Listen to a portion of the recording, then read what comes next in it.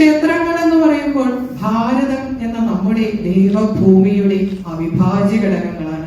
പ്രശസ്തമായ ഒരു വൈഷ്ണവ ക്ഷേത്രമായ പൊന്നുഗുരുവായൂരപ്പന്റെ സന്നിധിയിൽ നിന്നുകൊണ്ട് പറയുമ്പോൾ കുറച്ച് വൈഷ്ണവ ക്ഷേത്രങ്ങളിലൂടെ നമുക്കൊന്ന് സഞ്ചരിച്ചു നോക്കാം.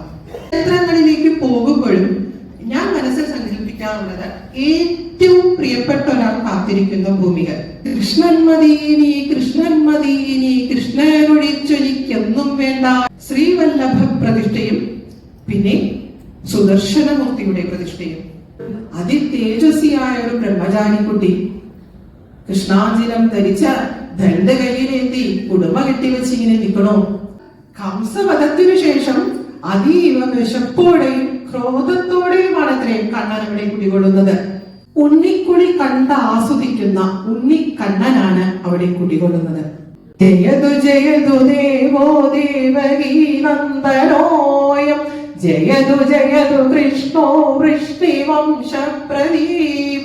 മുകുന്ദമാല കുലശേഖര ആഴ്വാർ രചിച്ചത് തൃക്കുലശേഖരപുരത്തപ്പന്റെ തിരുമുമ്പിൽ ഇരുന്നു കൊണ്ടാണത്രേ.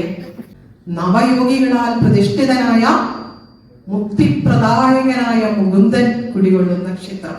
ഞാനിപ്പോൾ ഇവിടെ ഇങ്ങനെ പറഞ്ഞു തീർക്കുമ്പോൾ എന്നെക്കാളും കൂടുതൽ സന്തോഷിക്കുന്നത് എന്റെ ഭർത്താവാണ്.